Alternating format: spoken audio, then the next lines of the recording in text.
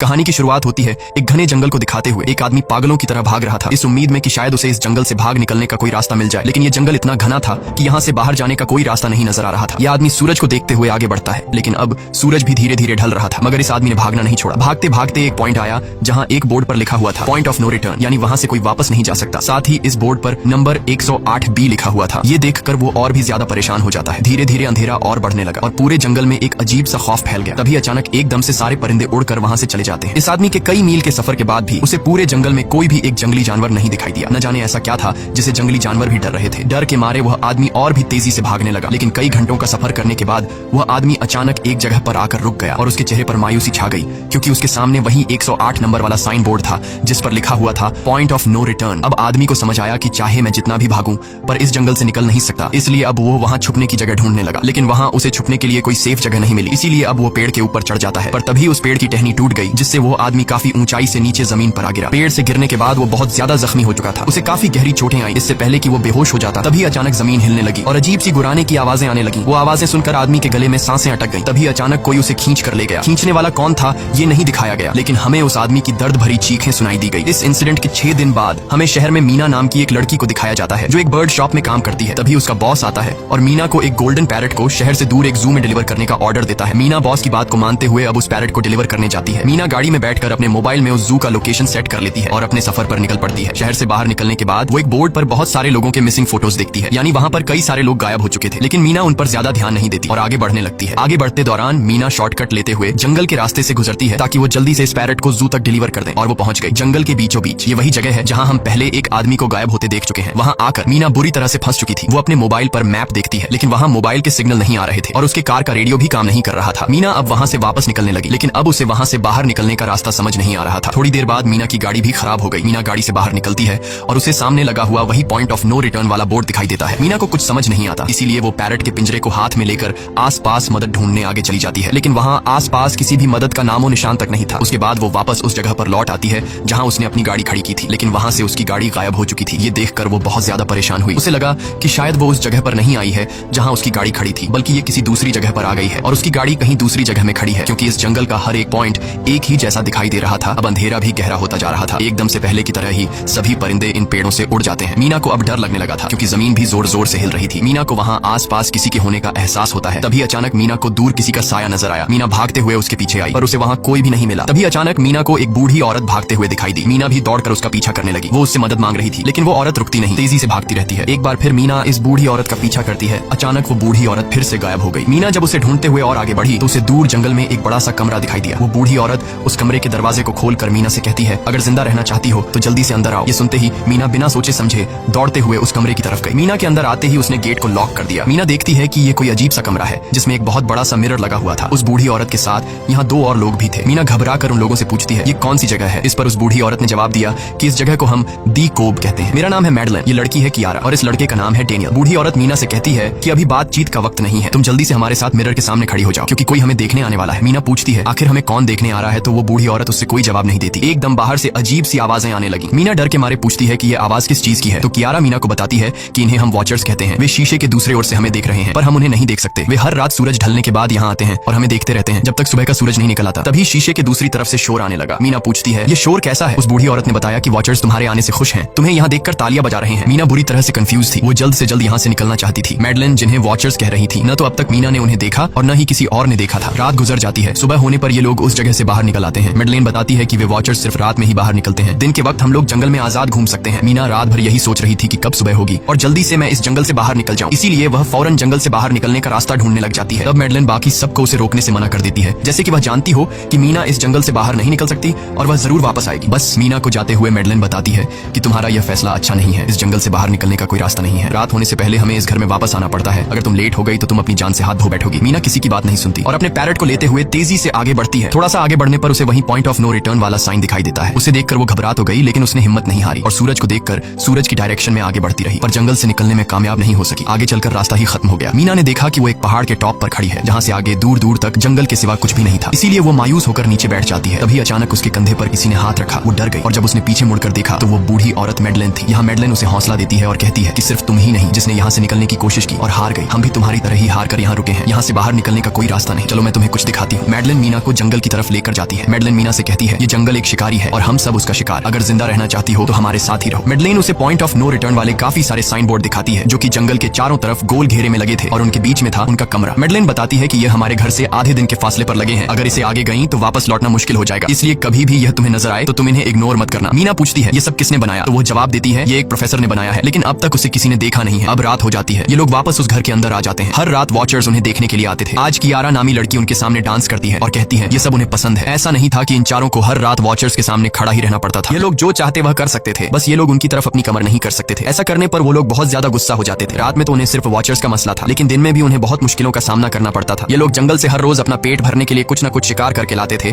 जिससे उनका गुजारा हो जाता। अगले दिन कियारा और मीना दोनों जंगल में शिकार करने जाती हैं। मीना कियारा से पूछती है कि आखिर ये वॉचर्स चाहते क्या? कियारा बताती है मुझे भी कुछ खास नहीं पता, लेकिन मैडलाइन कहती है कि ये वॉचर्स हमें देखते हैं, हमें ऑब्जर्व करते हैं, लेकिन अगर हमने वॉचर्स को देखा तो हम पागल हो जाएंगे क्योंकि वॉचर्स बहुत ही खूंखार दिखते हैं। कियारा अब उसे एक गड्ढा दिखाती है और कहती है ऐसे बहुत से गड्ढे इस जंगल में मौजूद हैं। दिन के वक्त सारे के सारे वॉचर्स उन गड्ढों में रहते हैं और रात में वो यहाँ से बाहर निकल आते। दिन के वक्त ये लोग इसलिए बाहर नहीं आ सकते क्योंकि सूरज की रोशनी उनकी स्किन जलाती है। कियारा मीना को बताती है कि वो 5 महीने पहले अपने पति के साथ इस जंगल में आई थी और तब से वो दोनों यहाँ फंसे हुए थे, पर आज से 6 दिन पहले मेरा पति जंगल में रास्ता ढूंढने निकला है। मुझे उम्मीद है कि वो जरूर वापस आएगा और हम सबको यहाँ से सेफली ले जाएगा। यहाँ हमें मालूम होता है कि असल में कियारा का हस्बैंड वही आदमी था जिससे हमने मूवी के स्टार्ट में देखा था, जिसे कोई यहाँ से खींच कर ले गया और अब वो मारा जा चुका है। इस तरह से बातें करते हुए ये दोनों कमरे के पास वापस लौट आए। यहाँ मैडलिन ने मीना को 3 रूल समझाती है जिंदा रहने के लिए। सबसे पहला ये कि वो रात के वक्त घर का दरवाजा नहीं खोलेगी, दूसरा रात में वो आईने की तरफ अपनी कमर नहीं करेगी, और तीसरा ये कि दिन के वक्त वो उन गड्ढों के पास नहीं जाएगी और जितना हो सके रोशनी में रहेगी। जब तक तुम इन रूल्स को फॉलो करोगी तब तक तुम जिंदा रहोगी। लेकिन मीना को मेडलाइन की बातों पर बिल्कुल भी भरोसा नहीं होता। अब उस रात मीना इन वॉचर्स के बारे में जानना चाहती थी, इसीलिए वो शीशे के साथ कान लगाकर आवाजें सुनने की कोशिश करती है। जब उसे कुछ सुनाई नहीं देता तो मीना को मेडलाइन की बताई गई वॉचर्स की बातें फेक लगने लगती हैं, इसलिए वह रूल्स को तोड़ते हुए अपनी कमर को शीशे की तरफ करके सो जाती है और ऐसा करने पर इन वॉचर्स को गुस्सा चढ़ जाता है। वो लोग जोर जोर से उस शीशे को मारने लग जाते हैं। शोर से मेडलाइन भी उठ जाती है और वह जल्दी से मीना को शीशे की तरफ खड़े रहने को कहती है और तब जाकर वो वॉचर्स का गुस्सा शांत होता है। यानी जब इंसान वॉचर्स को अपनी पीठ दिखाते हैं तो वह उसे खुद की इंसल्ट मानने लगते हैं। ये रात भी गुजर जाती है और अगले दिन मीना डेनियल के साथ शिकार पर निकलती है। वो डेनियल से पूछती है क्या आज तक तुमने किसी वॉचर को देखा है? जिस पर डेनियल ने जवाब दिया कि मैंने भी आज तक वॉचर्स को नहीं देखा और जो भी वॉचर्स को देखता है वो जिंदा नहीं बच पाता। तब मीना डेनियल को समझाती है कि मुझे लगता है कि ये सब मैडलाइन की बनाई हुई कहानियां हैं जिसके अंदर वो हमें फंसा रही है। हमें जरूर उन गड्ढों को जाकर चेक करना चाहिए, शायद हमें यहाँ से बाहर जाने का कोई रास्ता मिल जाए। डेनियल भी यहाँ रहकर बहुत ज्यादा तंग हो चुका था और वो भी किसी तरह से रास्ता ढूंढकर इस जंगल से भाग निकलना चाहता था, इसलिए वो मीना की बात मान लेता है और वो दोनों गड्ढे के पास पहुंच जाते हैं। अब मीना अपने आप को रस्सी से बांधकर इस गड्ढे के अंदर उतरती है। रस्सी का दूसरा सिरा डेनियल ने पकड़ा हुआ था ताकि अगर मीना को कुछ भी हो वो जल्दी से मीना को बाहर की तरफ खींच ले। मीना नीचे गड्ढे में पहुंच जाती है जहां उसे बहुत सारा इंसानों का सामान मिलता है। मीना उस सामान को इकट्ठा कर लेती है। ये सारा सामान उन लोगों का था जो जंगल में वॉचर्स के शिकार हो चुके थे। डेनियल रस्सी के सहारे कैमरा, साइकिल और जरूरत का सारा सामान को बाहर ले आता है। मीना अब नीचे इंतजार करती है कि डेनियल कब रस्सी नीचे फेंकेगा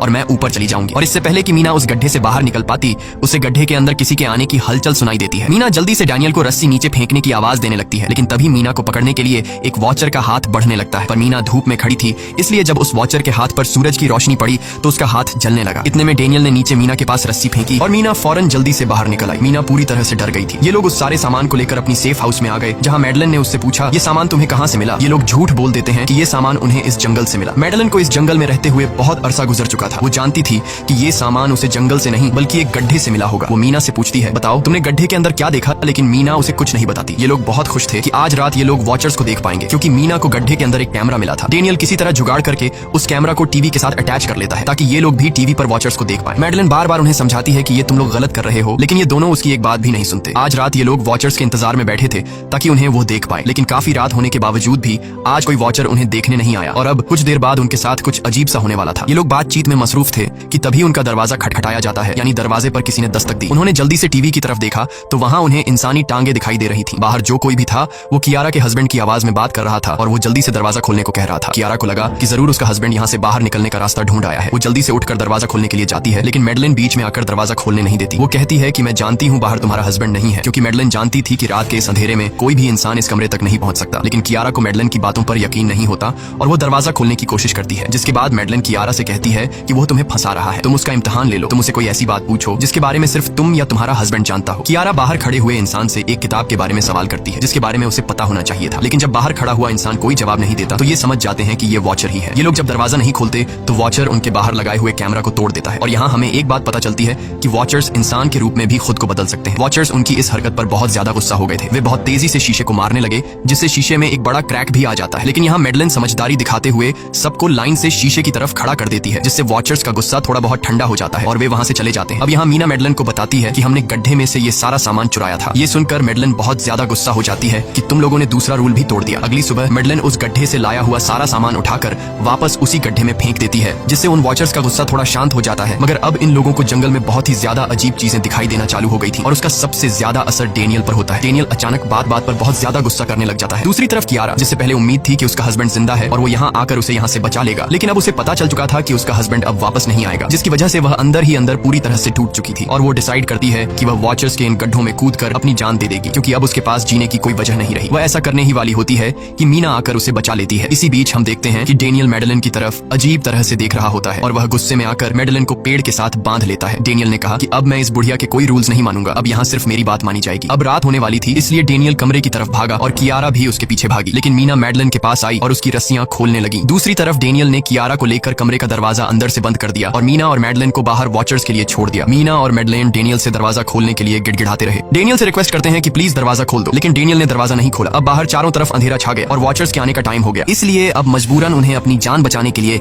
एक घने पेड़ के नीचे रहकर छिपना पड़ा। थोड़ी देर बाद उन्हें वॉचर्स की गुराने की आवाजें आने लगी। इस टाइम मीना और मेडलिन के साथ हमें भी उन वॉचर्स की एक झलक दिखाई जाती है। ये लोग लंबे पतले और खतरनाक थे। सब अपने अपने गड्ढों से निकलकर इंसानों को देखने के लिए उस सेफ रूम तक पहुंचते हैं और जब ये लोग देखते हैं कि मीना और मेडलिन वहाँ नहीं है तो वो उनको खाने के लिए जंगल में ढूंढने लग जाते हैं। और जब ये वॉचर्स दूर जाते हैं तो मौके का फायदा उठाते हुए ये दोनों फिर से सेफ रूम तक आ जाते हैं और डेनियल से रो कर दरवाजा खोलने को कहते हैं। इस बार डेनियल के दिल में रहम जाग जाता है और वो उनके लिए दरवाजा खोल लेता है। अब अंदर जाने के बाद पहले तो मेडलिन डेनियल पर गुस्सा करती है और फिर इन सबको शीशे के सामने खड़ा करके वॉचर्स के बारे में कुछ बातें बताती है। मेडलिन ने कहा कि अब तक हम बहुत से रूल्स तोड़ चुके हैं, इसलिए मुझे नहीं लगता कि इस बार वॉचर्स हमें माफ करेंगे। मैं तुम लोगों को वॉचर्स के बारे में कुछ सच्चाई बताना चाहती हूँ। दरअसल मैं जब यहाँ पहली बार आई थी तो मैंने कुछ ऐसा देखा जिससे मेरे होश उड़ गए। मैंने अपना ही एक डुप्लीकेट देखा। असल में वो एक वॉचर था जो मेरा रूप लेने की कोशिश कर रहा था, हालांकि उसकी आंखें और बाल बिल्कुल परफेक्ट नहीं थे। मीना ने पूछा कि आखिर ये वॉचर्स हैं क्या चीज, जिस पर मेडलिन ने जवाब दिया कि ये सारे क्रीचर्स फेरीज हैं जो किसी जमाने में इंसानों के साथ मिलकर रहते थे। फेरीज पंखों वाले एक जादुई जीव थे, लेकिन वक्त गुजरने के साथ इंसानों को फेरीज की शक्तियों से डर लगने लगा, इसीलिए इंसानों ने फेरीज को खत्म करने का सोचा। इंसानों की तादाद ज्यादा थी, इसलिए फेरीज इंसानों का मुकाबला नहीं कर पाए। इंसानों ने इन फेरीज को जंगल में एक बहुत बड़े गड्ढे के अंदर कैद कर लिया और उन्हें श्राप से हमेशा हमेशा के लिए इस गड्ढे में बंद कर दिया। उसके बाद फेरीज कई 100 सालों तक उस गड्ढे में कैद रहे, लेकिन फिर वक्त के साथ उन्होंने जमीन के अंदर खुदाई करके निकलने के रास्ते बना लिए। आज वही फेरीज वॉचर्स के रूप में गड्ढों से निकलकर हमारे सामने आते हैं। हालांकि कई 100 सालों तक जमीन के अंदर रहने की वजह से उन्होंने अपने पंख और जादुई शक्तियां खो दी और साथ ही उन्हें सूरज की रोशनी से तकलीफ होने लगी, लेकिन अब भी उनमें रूप बदलने की शक्ति है। इस पर डेनियल ने मेडलिन से पूछा कि ये वॉचर्स हमसे क्या चाहते हैं और ये हर रात हमें देखते क्यों हैं, जिस पर मेडलिन ने बताया कि ये वॉचर्स एक बार फिर से जंगल से निकलकर इंसानों के बीच रहना चाहते हैं, लेकिन अपने असली रूप में ये इंसानों के बीच नहीं रह सकते। इसीलिए उन्होंने हमें यहाँ रखा हुआ है ताकि हमें देखकर हमारा रूप ले सकें और हमसे आज के दौर के तौर तरीके सीखकर इंसानों के बीच रह सकें। मेडलिन ये सब बातें बता ही रही थी कि अचानक सभी वॉचर्स वापस लौट आए और जब वॉचर्स को पता चलता है कि मेडलिन और मीना वापस अपने कमरे में आ गए हैं तो वो सब गुस्से से भड़क उठे और दरवाजा तोड़ने की कोशिश करने लगे। इन चारों ने टेबल को खींचकर दरवाजे के सामने रख दिया ताकि दरवाजा वॉचर्स तोड़ न सके, लेकिन वॉचर्स की ताकत काफी ज्यादा थी और इन चारों को पता चल चुका था कि जल्द ही वॉचर्स अंदर आ जाएंगे और उन्हें मौत अपनी आंखों के सामने दिखाई दे रही थी। तभी उन्होंने देखा कि टेबल को घसीटकर दरवाजे तक ले जाने की वजह से कारपेट पलट गई है। जब उन्होंने कारपेट हटाया तो उन्हें नीचे एक बड़ा लोहे का गेट नजर आया। उन्होंने जल्दी से गेट खोला तो उन्हें पता लगा कि नीचे एक बहुत बड़ा बंकर है। ये लोग जल्दी से उस बंकर के अंदर घुस गए और ऊपर से लोहे का गेट बंद कर दिया। ये लोग इस बात को लेकर परेशान थे कि ये बंकर यहाँ पर मौजूद था और इन लोगों को पता भी नहीं चला। इस बंकर के नीचे बहुत फैसिलिटीज थी, हजारों दिन का खाना, एक कंप्यूटर और भी बहुत सारा जरूरत का सामान रखा था। मीना जानना चाहती थी कि आखिर ये जगह किसने बनाई, इसीलिए वो उस कंप्यूटर को ऑन कर लेती है। उस कंप्यूटर में बहुत सारा डेटा सेफ था, जिसे खोलने पर उन्हें पता चलता है कि ये सारी जगह प्रोफेसर मार्टिन ने बनाई थी। असल में प्रोफेसर को इन क्रीचर्स के बारे में पता था, वो इन वॉचर्स पर रिसर्च करना चाहता था, इसीलिए उसने ये बंकर बनाया था। पैसों का लालच देकर वो दूसरे इंसानों को काम के लिए यहाँ लेकर आता था और रात के वक्त मजदूरों को ऊपर कमरे में छोड़कर खुद यहाँ आकर छुप जाता था और वो वॉचर्स फिर उन इंसानों को खा जाया करते थे। अगली वीडियो में डॉक्टर मार्टिन बताते हैं कि उनकी रिसर्च के दौरान उन्हें एक सबसे अलग फेरी मिली जो रोशनी में भी उन गड्ढों से बाहर आ सकती थी। डॉक्टर बताता है कि उस वॉचर ने एक बच्ची का बिल्कुल परफेक्ट रूप ले लिया था जिसे कोई पहचान नहीं सकता था। वो बहुत अच्छी थी, उसने डॉक्टर मार्टिन को मारा नहीं। डॉक्टर मार्टिन उसे यहाँ ले आया। तभी प्रोफेसर ने कैमरा को दूसरी तरफ मोड़ा। तब उन्होंने देखा कि प्रोफेसर ने उस छोटी सी बच्ची के रूप में आए वो क्रीचर को पिंजरे में कैद कर लिया है। पता नहीं डॉक्टर उसके साथ कौन सा एक्सपेरिमेंट करने वाला था। उस कंप्यूटर में बहुत सी वीडियोस थी और हर वीडियो में कुछ न कुछ बताया हुआ था। मीना बस ये जानना चाहती थी कि आखिर में क्या हुआ, इसीलिए वो सबसे आखिरी वीडियो प्ले करती है जिसमें वह देखती है कि प्रोफेसर खुद को और उस फेरी को मारने वाले हैं। मरने से पहले वह इस जंगल में फंसे हुए लोगों के लिए यहाँ से निकलने का रास्ता बता देता है और कहता है कि शाम में जिस डायरेक्शन में परिंदे भागते हैं उस डायरेक्शन में भागने से वे लोग इस जंगल से निकल सकते हैं। उसने इस रिकॉर्डिंग मैसेज में कहा था कि अगर कोई इस जंगल से निकलने में कामयाब हो गया तो यूनिवर्सिटी में जाकर मेरी सारी रिसर्च तबाह कर देना। मैंने यहाँ आकर बहुत बड़ी गलती कर दी। उसके बाद प्रोफेसर ऊपर चले गए और फिर 2 गोलियों की आवाज आई जिससे उन्हें समझ समझ आया कि प्रोफेसर ने पहले उस फेरी को मारा और फिर खुद को गोली मार दी। आज रात ये चारों बहुत खुश थे क्योंकि उन्हें इस जंगल से जान छुड़ाने का रास्ता मिल गया था। अगली सुबह सभी लोग अब बंकर से बाहर निकलते हैं तो देखते हैं कि उनका सेफ हाउस उन वॉचर्स ने पूरी तरह तबाह कर दिया है और आज के दिन उन्हें लाजमी इस जंगल से निकलना होगा, वरना ये लोग मारे जाएंगे क्योंकि रात को अब उनके पास छिपने के लिए कमरा भी नहीं बचा था। ये लोग अब यहाँ जंगल से निकलने के रास्ते में बढ़ने लगते हैं। वो परिंदे जिनके बारे में प्रोफेसर बता रहे थे वे तो शाम को उड़ने वाले थे, लेकिन उन्हें शाम होने से पहले जंगल से बाहर निकलना था। इसलिए मीना अपने पास मौजूद पैरेट को आजाद कर देती है। जिस डायरेक्शन में वह उड़ता है उसी डायरेक्शन में ये लोग चलने लग जाते हैं। चलते हुए रास्ते में ही उन्हें एक कब्र मिली। मैडेलिन उस कब्र को देखकर बताती है कि एक वक्त था जब ये लोग इंसानों के साथ रहते थे, लेकिन इंसानों ने उनके साथ बहुत बुरा किया, धोखा किया और उन्हें यहाँ जंगलों में फंसाकर खुद चले गए। कई घंटे सफर करने के बाद ये लोग एक नदी के पास पहुंच गए। वहाँ उन्हें प्रोफेसर का एक बोट मिला जिसको देखकर ये लोग बहुत खुश हुए, लेकिन उनकी खुशी अब कुछ ही देर की मेहमान थी क्योंकि अब अंधेरा हो चुका था और वॉचर्स के आने का वक्त हो गया था। उससे पहले कि ये लोग डॉक्टर मार्टिन की बोट में बैठकर यहाँ से दूर चले जाते तभी उन्हें पीछे से किसी की आवाज आई। जब उन्होंने पीछे मुड़कर देखा तो वो कियारा का हस्बैंड था जो मदद के लिए चिल्ला रहा था। वो बहुत ही जख्मी हालत में था। बाकी सब बोट में बैठ चुके थे, इसलिए डेनियल अकेला उसकी मदद के लिए गया। डेनियल कियारा के हस्बैंड को खींचकर बोट की तरफ लाने लगा, लेकिन तभी ये लोग बोट से देखते हैं कि डेनियल जिसकी मदद करने गया वह कोई इंसान नहीं बल्कि एक वॉचर है जिसने उनके सामने ही डेनियल का रूप ले लिया। वो लोग कुछ भी नहीं कर पा रहे थे। अब उस वॉचर ने डेनियल को मार दिया। उन्हें इस बात का पता था कि वॉचर्स इस नदी को पार नहीं कर सकते हैं और फाइनली ये लोग खुद इस नदी को पार करके शहर तक पहुंच जाते हैं। और कहानी में असल ट्विस्ट इसके बाद आया। शहर पहुंचने के बाद ये तीनों अलग अलग रास्तों पर चले गए और कुछ दिनों बाद अब मीना जल्दी से डॉक्टर मार्टिन के कहने के मुताबिक उनके यूनिवर्सिटी में उनका सारा डेटा खत्म करने के लिए आई। उससे पहले कि वह उनका रिसर्च डेटा डिलीट कर देती तभी उससे वहाँ एक टेप रिकॉर्डर मिला और उस टेप रिकॉर्डर से मीना को एक नया राज मालूम हुआ। जब हजारों साल पहले इंसान और फेरीज एक साथ रहते थे तो तब उनकी शादी भी हुआ करती थी। इंसान और फेरी के मिलन से जो बच्चे पैदा होते थे उनमें इंसान और फेरी दोनों के गुण होते थे। उन्हें हाफलिंग्स कहा जाता था। उन हाफलिंग्स में एक खासियत थी कि वे रूप बदलने में इतने माहिर होते थे कि वे किसी मरे हुए इंसान का रूप भी बदल सकते थे। प्रोफेसर का मानना था कि जब इंसानों ने फेरीज को जंगल के अंदर गढ़ों में कैद कर लिया था तब हाफलिंग इंसानों के बीच अपना रूप बदलकर चुपके से रहने लगे और वो आज भी किसी न किसी रूप में इंसानों के बीच मौजूद है। मीना जब प्रोफेसर के ऑफिस में आई और वहाँ पर जांचबीन करने लगी तो वहाँ उसके हाथ कुछ ऐसी तस्वीरें लगी जिसने उसके होश उड़ा दिए। उसने देखा कि तस्वीर में जो प्रोफेसर के साथ लेडी खड़ी है वो कोई और नहीं बल्कि मैडेलिन है और असल में मैडेलिन प्रोफेसर की वाइफ है। वो कंफ्यूज हो जाती है कि मैडेलिन ने उसे ये बातें क्यों नहीं बताई। इस भारी कंफ्यूजन को शेयर करने के लिए वो कियारा के पास आती है और उसे बताती है कि जिस मैडेलिन से हम जंगल में मिले थे वो असल में प्रोफेसर मार्टिन की वाइफ है, लेकिन उसने हमें ये सच्चाई इसलिए नहीं बताई क्योंकि वो खुद एक इंसान नहीं बल्कि एक रूप बदलने वाली फेरी थी। मैंने जब रिसर्च किया तो मुझे पता चला कि काफी साल पहले प्रोफेसर की वाइफ मैडेलिन कैंसर की वजह से मर गई थी। ये सुनकर कियारा कहती है कि फिर वो मैडेलिन कौन थी जो इतने समय से हमारे साथ थी। इस पर मीना कहती है मुझे सब समझ आ रहा है। दरअसल प्रोफेसर अपनी वाइफ के मरने से बहुत दुखी थे और उसे हर हाल में वापस पाना चाहते थे और जब प्रोफेसर को इन रूप बदलने वाली फेरीज के बारे में पता चला तो प्रोफेसर ने उस रूप बदलने वाली फेरी को पिंजरे में कैद किया जो एक बच्ची का परफेक्ट रूप लेकर उनके पास आई थी। प्रोफेसर ने अपनी वाइफ की फोटो दिखाते हुए उस फेरी को अपनी वाइफ मैडेलिन जैसा बना दिया क्योंकि वो फेरी बाकी फेरीज से अलग थी। वो दिन में भी बाहर आ सकती थी। मीना ने कहा कि मैंने मैडेलिन को यहाँ बुला लिया है, हमें किसी तरह से करके उसे वापस जंगल भेजना होगा। तभी एक कार वहाँ आकर रुकी। जब उस कार से जो इंसान उतरा उसे देखकर मीना के गले में सांस अटक गई। वो कियारा थी, यानी कि अब तक जो मीना के साथ थी वो मैडेलिन थी। उसने कियारा का रूप ले रखा था। कियारा जैसे ही घर के अंदर आई तभी मैडेलिन ने कियारा के हस्बैंड के रूप में बदलकर उसे बेहोश कर दिया। मीना ने मैडेलिन से कहा आखिर तुम चाहती क्या हो, जिस पर मैडेलिन गुस्से में आकर कहा मैं फेरीज की सबसे अलग मखलूक हूँ। मेरे सभी साथी बचपन से मुझे चिढ़ाते थे, वो मुझे अपने साथ नहीं रहने देते क्योंकि मैं सबसे अलग थी। मैं उस जंगल में अकेली पड़ चुकी थी और मैं उस जंगल से निकलकर बाहर लोगों के साथ मिलकर रहना चाहती थी। फिर एक दिन प्रोफेसर उस जंगल में आया,